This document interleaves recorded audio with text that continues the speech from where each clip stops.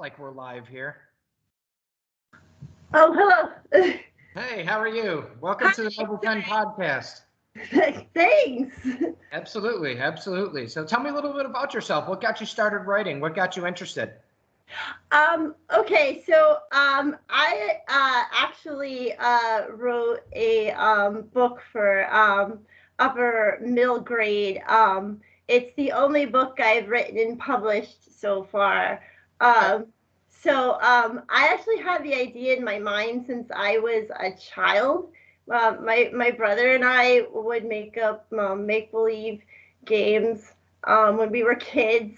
And this idea actually popped into my mind for the Munchkins, the book that I wrote. Yeah, it looks like a pretty cool cover. I checked it out. Yeah, there it is. Yeah. Cool. I had the idea in my mind since I was a child, and I never really forgot about it. And then at some point when I was an adult, I was like, you know what, this would actually make a pretty good story. So I started writing it down. And at first I wasn't even going to publish it. It was just going to be for fun. But then as I got more and more into it, I realized, no, I really should publish this. So that's what happened, basically. Okay. Tell us a little bit about the storyline. What's it about? So it's about 13 adopted children who have missing identities. They just show up at this children's home, and no one knows who they are or where they came from. And they get adopted by this like very kind single man named Casey Munch. And they turns out that the 13 kids have like these mysterious powers where they can like do things like heal wounds and make things appear like magically, like just like manifest objects and stuff. And but they have to keep it a secret because they live like in a non-magical world. It's like the real world. And then they have this next door neighbor who is full on evil, actually. And he's like out to get them, and he seems to know more about them than they know about themselves, and like knows all their secrets. That's pretty cool. Yeah. So how did you go about? Let me ask you this, because this is a pretty interesting question, especially for this book, particularly. How did you go about the character development for those 13 different characters, or did you only hone in on a few of them? So there's four main characters. One of them is the narrator of the story and the main character, and that's Capricorn. Okay. But then she has three best friends, and they're called the Four Musketeers. So it's like Allie, Breezy, and Hazy, and Breezy and Hazy are twins. And they're like basically minor I would say like also kind of main characters, but in a more minor role because Capricorn's the narrator. But like the ideas have actually been developing in my mind, like I said, since I was a kid. Yeah. And like as I got older, the characters just became more and more refined, and I could like just see them in my mind, like almost like a movie or something. So I just knew exactly how I wanted them to be. And like the character development is actually really important to me, to like the story. It was the whole reason I wrote the book, is because I wanted to bring the characters to life. Right. And they're actually profiled. Each of the 13 kids and their father, Casey Munch, is on my website. So there's profiles. That's for cool. Each of them. Is there one that you have chosen as a favorite, or? I would say definitely Allie. She's like Capricorn's best friend, and everyone who has read the book loves her. She's definitely everyone's favorite because she's sarcastic and she's witty and she has like a good sense of humor, and she's kind of like the comic relief. So she has some of the best lines in the book. And she's also like incredibly perceptive and very smart kid. Okay, that's cool. Tell me the hardest part to write about this particular book. What was kind of difficult for you? Was it like the character interaction? Is it the setting around them? Maybe a little bit of both of that? The hardest part was keeping the word count down. Oh, okay. I when I first wrote it, I actually wrote the two books together because it's actually going to be a series. There's going to be at least three parts. Let But me I pause only you there for 1 second. Is there anything besides for like a cliffhanger that you left out of the first book? This is to help people develop their own writing style too, right? So is there anything that you left out as opposed to like just a cliffhanger at the end that you say, okay, I'm going to put this in the book too because this is good accumulating information? Does that make any sense? You mean like foreshadowing? Is that what you mean? Yes, right. Okay. Yeah, there's definitely foreshadowing in the first book. Okay. That if you go on and read the second. In fact, where it starts in the beginning, in the first book, doesn't get continued on until the second book. So it ends on a bit of a cliffhanger. Okay. And the second book it's a huge cliffhanger into the third book. But there's a whole backstory because of their missing identities. And also, I forgot a really important part. They also stay young forever when they get these magic powers at the age of 10, and then they don't grow up after that. So That's they really stop cool. aging. That just made it a lot more interesting, actually. So so there's a whole mystery of like, why is that and who are these kids? Right. So, Okay. That's really cool. Let's roll into this if you're willing. Anyways, is there anything that you would put for the show as exclusive content for your viewers that nobody knows before right now? It's something that you didn't write in the book particularly, but you want people to get out of it. Like, is there any hidden messages that you have? Exclusive content. um, hmm.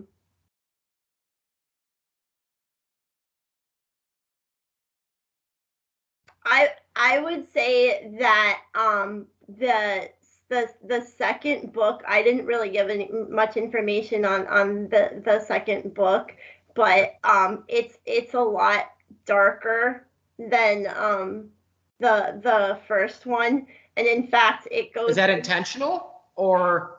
Yes, because I actually first wrote it, I intended it to be YA, but then my editor took a look at it and she said this would actually make a really good upper middle grade book. Okay. But then I gave her the warning because I had to split it up into two books because I wrote too much. Yeah. That the second book was going to be much darker, and that is going to go more into YA territory. So the second book deals with a lot of issues of trauma and there's like what they went through as being adopted or whatever. No, it has to do more with what happens to them in the second book. Okay. You don't release any more information than that right there. Yeah. Yeah. So I don't, without giving anything away, they go through some really hard, difficult things, and they're basically struggling to survive in the second book. So it's very intense. And even though are they all friends? Are they a group of friends with each other? Do they? Some of them are separated. Do they not know each other that much? How does that work? Oh, so since they're adopted, they're all siblings, but they were all. Oh, they're adopted to the same family. Yes. Oh, yes. Oh, okay. All right. Yeah. That makes sense. So there's 13 kids and one father. They are very good friends. In fact, they're probably too good friends because they become kind of codependent on each other. Oh, okay. But the Four Musketeers, they're like best friends as well as sisters, but they're very protective of each other and they take care of each other. So there's a big message of making your own family, and family is more than blood, I guess, because none of them are biologically related, but they're extremely close. Yeah. So Probably a lot closer than some actual families are, I'm assuming. yeah, Right. I would say that. Yeah. All right. Tell me something that you learned since you started writing, right? That you wish you would have known then for the younger authors or new authors, rather. Some people start writing at 40 something, you know what I mean? You never know. So tell me something that you learned, like maybe something just quirky, like, hey, this is a little easier to write this way. Do you have anything you could help the audience with there? I would say I got a lot of good tips actually from my editor as far as the writing process goes. Okay. One of Share them, anything you're willing to share. That's what the show is for. yeah. So one of the tips I got is to, like, I'm sure you've heard this before, but like, show don't tell. So like, instead of explaining like how somebody feels, or like she said, like, I had like a lot of like feeling words. Yeah. If you like take a lot of those feeling words and just like explain like the facial expressions, or like by their actions or gestures or things that they say, you can guess what the emotions are. Like, don't come out and say like so and so. She's feeling sad. You're trying to Right. describe she's feeling sad, not just particularly saying it. Exactly. Right. Okay. Yeah. All right. I'm with you.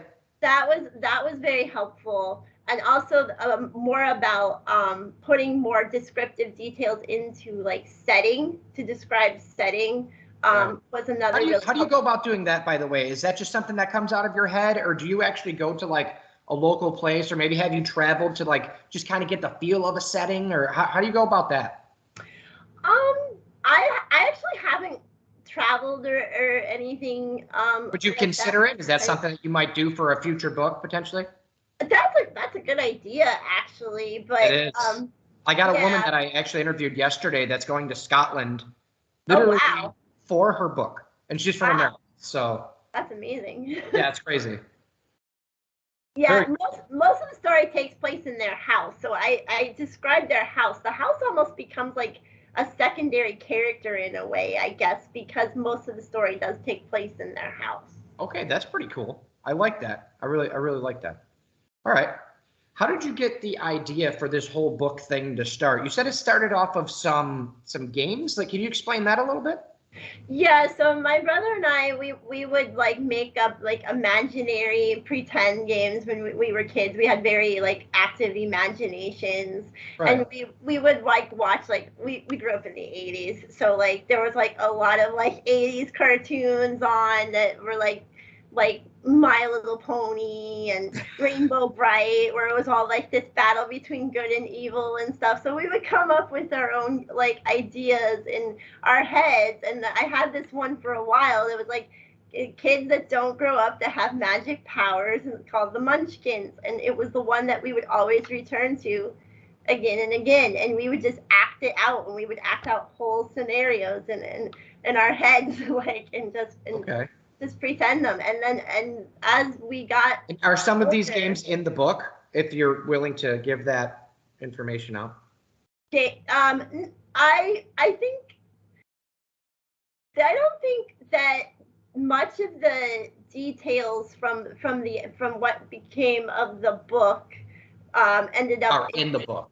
Yeah. Okay. Because they become much more defined as I got older. Like, I started shaping more and more of what I wanted the characters to look like and everything in my head. So I guess it was like more of like a simplistic idea when I was a kid. They became more refined as I got older.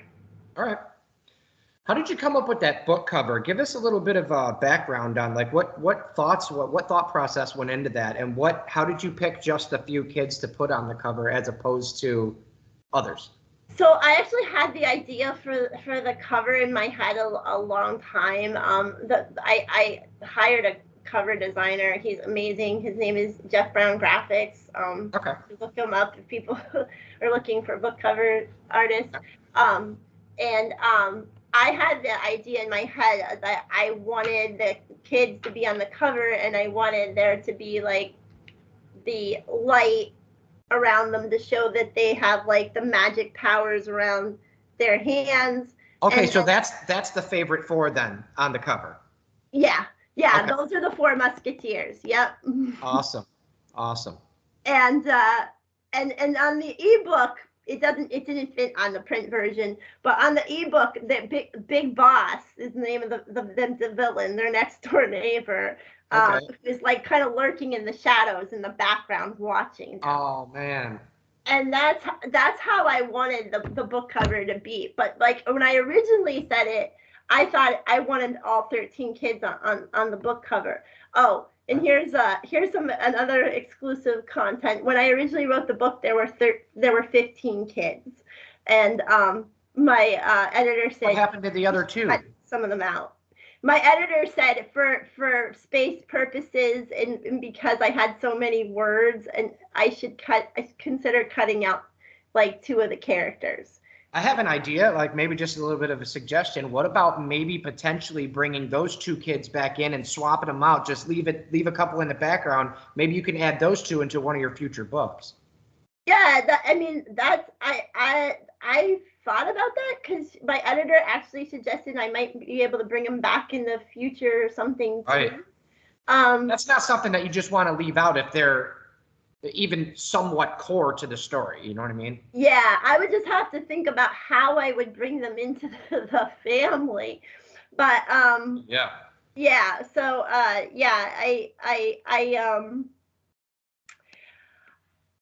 that's a good idea. I've considered it because like sometimes I miss those 2 characters, and it's really Right, hard. I feel to, you like, would cut because characters I was thinking about doing that. I wrote a book called The Town of Witching Tree, which isn't doing very well yet, but I just published it like 6 months ago. You know what I mean? So it takes time.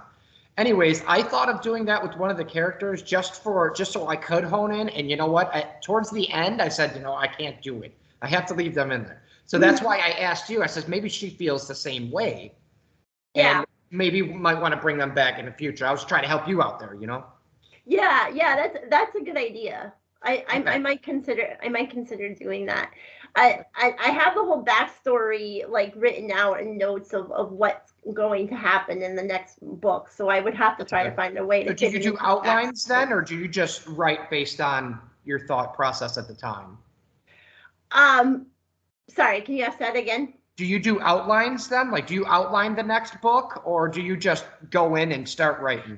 I just go in and start writing because I guess I just have the whole idea, like the story in my head, and like pieces just start like coming to me, and I just write them out. But I do have like a notebook where I wrote down like a bunch of notes of what's going to happen in the next books to bring it all together for the backstory.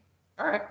And is this what you do full time, or are you a part-time author right now? Or? No, I am actually a pre-K teacher full time. Oh, that's cool.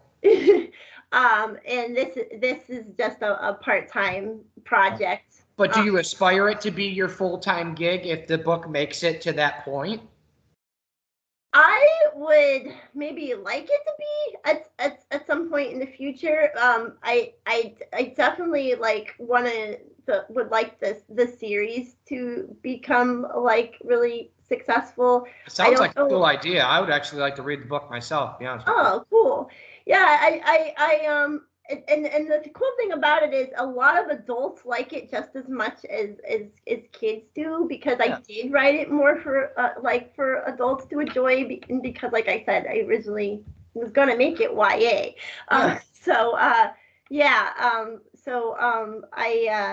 I think a lot of adults do enjoy it. But yeah, I would like to maybe sometime like get to the point where I can actually, full-time author. But Did you self-publish then, or did you publish through a traditional publisher? I did self-publish, yeah. Okay.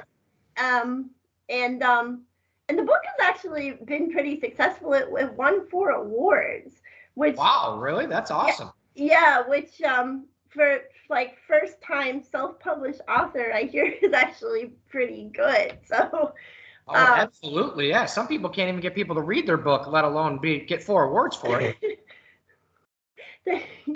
That's fabulous. How did you go about getting that done? Did you do any special type of marketing, or is there anything that you can give us out here? So I realized, like, one of the big things I realized is that marketing is a huge part of the job, and writing is probably, this has probably heard this before, but writing is easy, but marketing is a whole other story. And marketing a book is very hard. But I try to like spend like a couple hours every week marketing, like when I get home from work, I'm on social media, and I'm on like the Amazon sites, and like doing like the advertising, and then I have a website and a newsletter, and yeah. Okay. And so I submitted my book to some like different organizations, and like review, like editorial review groups and stuff, and I became like the big one was reader views. I became like a finalist. I think that was like the first one that I won, and then I won the gold award in teen novels in oh, that's really cool. last year for it.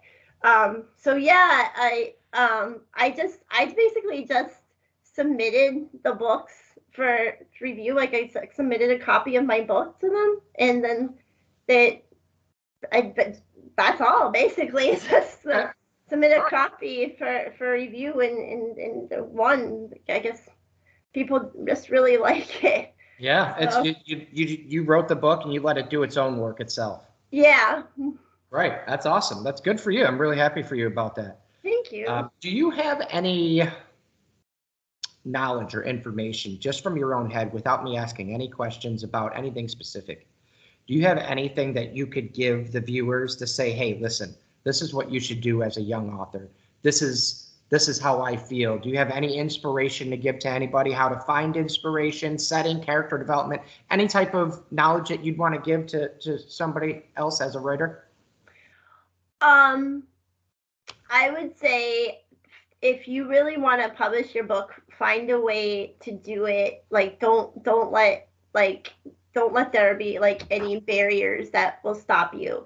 Because like some people I know will like wait and do query letters to different agents and publishing groups and everything, and they may like go on waiting years and years for an answer and never get a response. And like, I actually find that self-publishing is kind of the better way to go, because you have more creative freedom over your own story, and like cover design and everything else.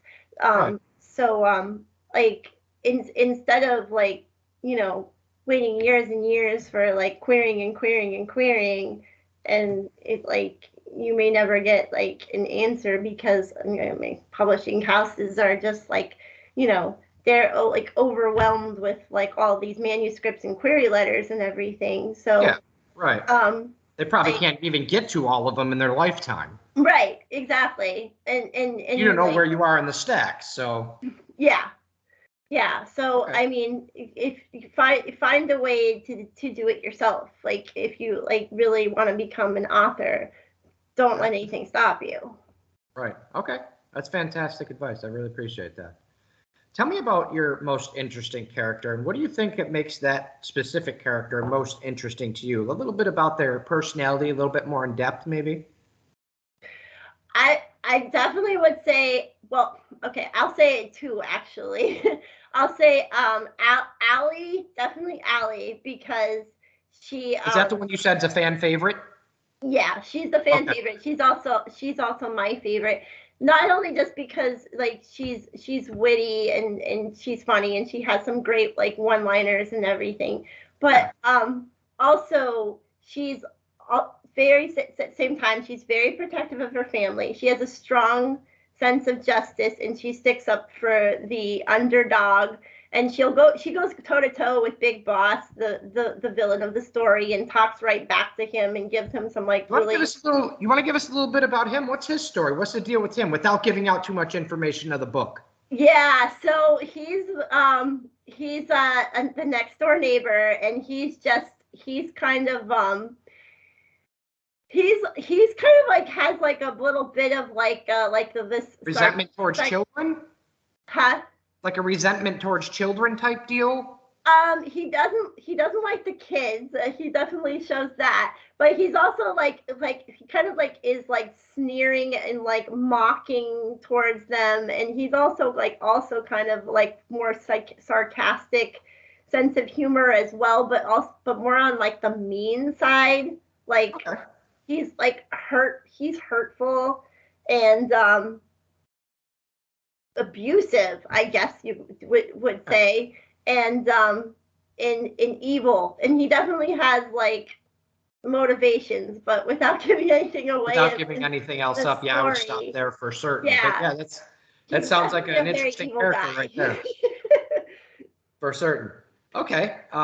If you could pick the brain of one of your favorite mainstream authors, I don't care who it is or when it's from, what author would it be and why that specific author? What about that author really draws you to them? I would probably say Stephen King, because he's my favorite author and I love horror. I love horror movies and I love reading horror novels. Yeah. And there's some elements of like Stephen King like isms, I guess you could say, in the Munchkins, and if you like read it closely, you'll even see some Stephen King references. Okay. So I love his storytelling skills, and like the amazing plots he comes up with, and his characters, that whole trope of like kids with like magical or like supernatural abilities, and like there's someone usually out to get them. That's kind of a little King-esque, I would say. For sure. Yeah. So yeah, I love reading anything Stephen King, and I would definitely sit down and talk to him. I would have a good conversation. All right. That's a good answer. Would you ever, without saying if you have or not, don't say if you did, just say, would you ever consider killing off a main character? And if you would, why? Or why not? Yeah, I think I would consider it if it furthered the story along. Okay. Yeah, I mean, I would hate to do it. It would probably break my heart. Yeah. if there I'm was sure it went to a lot of people, honestly. Right. If there was a good reason to do it, though, and it's like gonna further the plot, or it's like if there was meaning behind it, yeah. Right. Or if it could help maybe some of the other characters move forward to show the difference of how it was prior to losing this character and then after losing this character. So that would kind of create a different dynamic, which is the reason I asked that question. Yeah. Okay. All right. Do you think it's credible? Now, I particularly find this question very interesting. Do you think it's credible for the same author, such as yourself, myself, or one of the million other authors in the world, to write a fiction book like we have? Okay, mine's about a town of witches, basically, but it's today's story of how that witching town started, basically. Okay, mm-hmm. And then your book, right, about your story. Do you think it would be credible for either one of us to write a nonfiction book, and why or why not? Do you think people would look at us like, oh, well, they're just used to, telling fake stories and coming up with things? Do you think people would find us credible if we were to write a nonfiction book, and why? I would say yeah, because I think it just depends on if for nonfiction, I think it depends how much you know the topic and if you can write it well. So I don't think it matters like, oh, you're like a fiction author and a nonfiction author. I mean, I actually do enjoy reading a lot of like sociology type like nonfiction. And I actually have like written like essays and articles for different organizations and stuff in the past. Cool. So I don't think that there would be an issue with that at all. No. Okay. All right. Do you see your writing as like a spiritual or therapeutic thing for you, and how so? Yeah, definitely. I think that like when I feel like really down or like the world is like falling apart or something, I know I can like just start writing or editing my book, and I just will get lost in it, and it just instantly cheers me up. Yeah, absolutely. So sometimes I feel like something's writing through me because I get just like so like connected or involved in the story. So yeah, I would definitely say it's like a spiritual experience. That's awesome. That's really cool. Okay, I got an interesting question for you here. You have your perpetrators, which are your main characters, rather, your four, main. And then you said you have like a villain type that is the next door neighbor. Now, what are some essential characteristics of A, the kids that are fighting for their lives, and B, the villain? Like, what are some things that you really need to make them quality characters? You mean like describe their personality types? Is that what you mean? Yes. Yeah. Okay. Like, how do you know that you're doing this character correctly and you're really getting them across to who they need to be? Okay. So the four characters, I wanted to make sure that Allie was like the one who was like assertive and strong and bold and went toe to toe with the villain. Breezy is like she's a natural empath. She's the empath, so she's like consoles everyone, and she tries to be like diplomatic and everything. So she like approaches Big Boss a little differently, but she's assertive when she needs to be, and takes a stand when she needs to be. Are you familiar with the Myers-Briggs personality types? Okay. I am not actually. There's and then there's the enneagrams. Are you familiar with those? No. Okay. So I really enjoy the Myers-Briggs personality types because there's like okay, introvert, extrovert, intuitive, feeling, thinking, sensing, and perceptive, I think is the last one,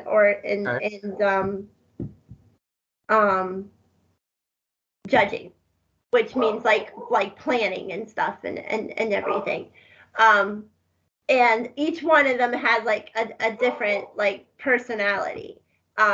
So like I was thinking a lot about the personality types when I was writing, and especially like the anagrams and the different characteristics of Can you describe to us what an anagram is? Oh, sure.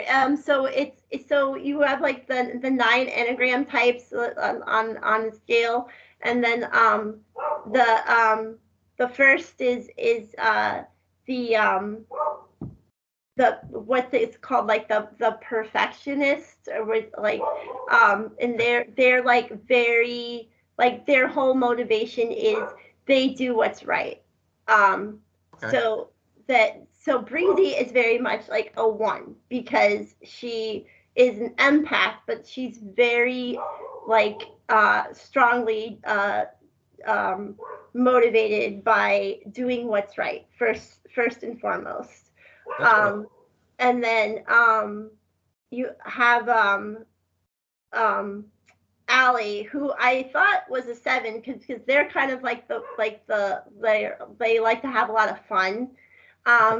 in life, like their whole motivation is to like have a good time and like experience as much as they can about the world as possible. Okay. But she's also very dramatic, and now I'm thinking she's more of a 4, which is more of that type. Okay. So yeah, so there's all those different personality types. Is there any time that maybe they could be like a little bit of both types? Yeah, and actually and there is overlap between the different personality types, and it can be hard to tell one from the other at times. But because I'm so interested in the personality type casting, a game my wife and I like to play a lot is like figuring out what anagram type each of the 13 kids are. If you don't mind me asking, just for my own personal interest, actually, how do you know really what anagram type they would be? Is that just something that's based on your own perspective, or is there a direct answer for this? I think it's more based on like my perspective, because of knowing their character traits and Okay. what they're afraid of and what they're motivated by and what their overall personality is. So I'm just taking my best like guess of what I think their personality is, which is why I'm uncertain on Have you ever guessed and then like towards the end you're like, whoa, I was completely wrong, and they completely change up on you? Because I for the longest time I thought Allie was a 7 because of her sense of humor, and she's like the center of attention when she's in the room, and she likes to kind of like put on a show for everybody. And then I realized that she's also very vulnerable at times, and she's like one of the first to like fall apart. And 7s don't really like to they don't like to be a downer. Like they don't want to like bring anybody down or anything. But the 4s are very much like dramatic, and they're like kind of like just like life's a show, I guess. Okay. And now I'm actually thinking more and more that Allie is actually a 4, which really surprised me. So but I have to learn more about that, because that seems pretty interesting about like the personality scale there. That's really cool. Yeah, and actually, if you want to work on character development for like writers, a good tip is familiarizing yourself with those personality types, and then trying to figure out which one of the personality types each one of your characters falls in, because it will help define them and draw them out more. Absolutely. I appreciate that information. I really do. I'll use that in the future myself, probably. Do you have to be like, when you're writing your story, do you have to be in like a certain kind of mood to do like an intense scene, or is this something that just basically flows out of you?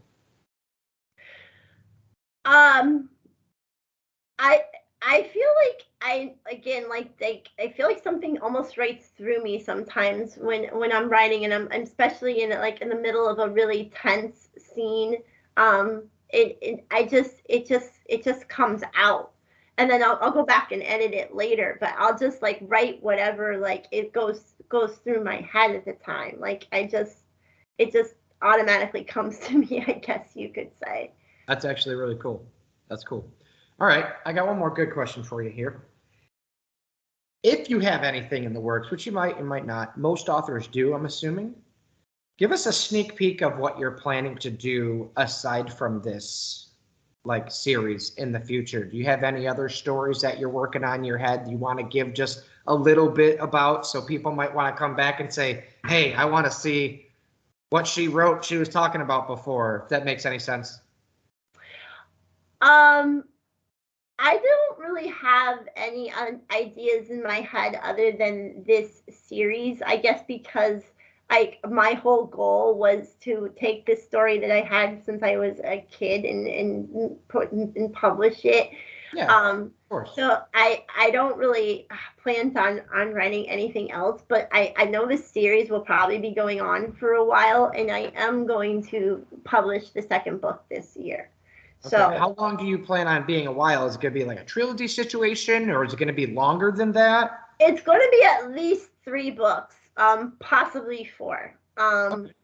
So yeah, it depends, because like once I cover all the stuff that's in the main backstory, I may go on from there, but it will be at least 3 Okay. for sure. All right. Well, it seems like we had a lot said here. A lot good things came out of this podcast. I really appreciate your help. I will get this spun down for you, and I hope to have you on the show again sometime. Maybe once your next book comes out. Yeah, that would be great. Awesome. Thank you very much. I appreciate it, and I will talk to you soon. Okay, thank you. Have a good day. Bye. You too.